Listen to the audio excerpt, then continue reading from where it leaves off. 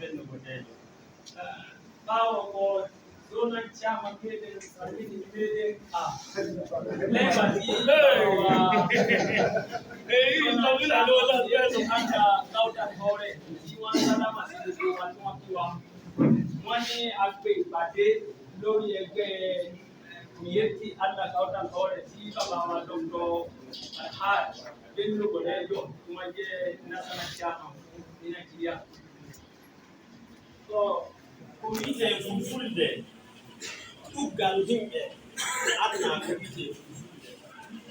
ene ɗeɗe mbiɗo ɗumɗo amma ɗuggal men anna ko wiite wani ọ̀pọ̀lọpọ̀ wa ni ọ̀ma tí wọ́n pè ní ìtẹ́bílà nìkan wọ́n gbogbo wa látàlá pera wa ní ìyá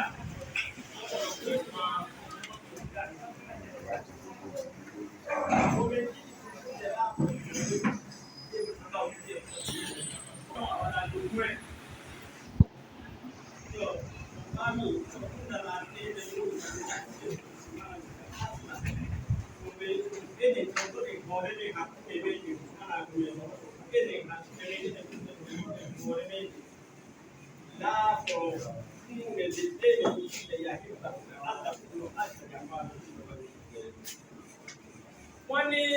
eléyìí lọ́wọ́ ajé gbogbo látara pé wọ́n dá wa padà síbi pé àwa ni ọmọ àrọ́mọdọ́mọ ṣé Usman Dan Fodio ẹ̀ lórí wípé Usman Dan Fodio ẹ̀ tí wọ́n gbé dání ìbẹ̀rù Ọlọ́run dáadáa ṣíṣe kò sí ńdọ́jẹ́ máìwàkiwà látara wọn so ìdí nìyí tó fi jẹ́ pé dandan ní báwa náà láti máa ọ̀nà táwọn fi wọ́n fi ilẹ̀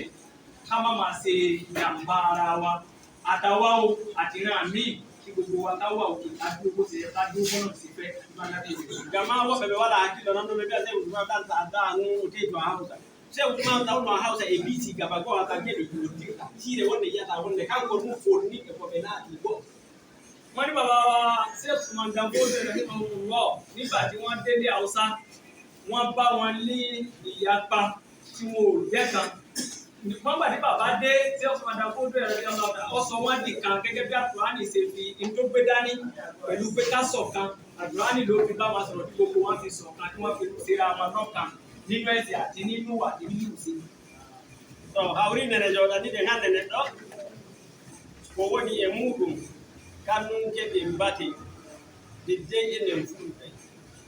de kagenen fulɓe to en jennayi hoore men gaɗen go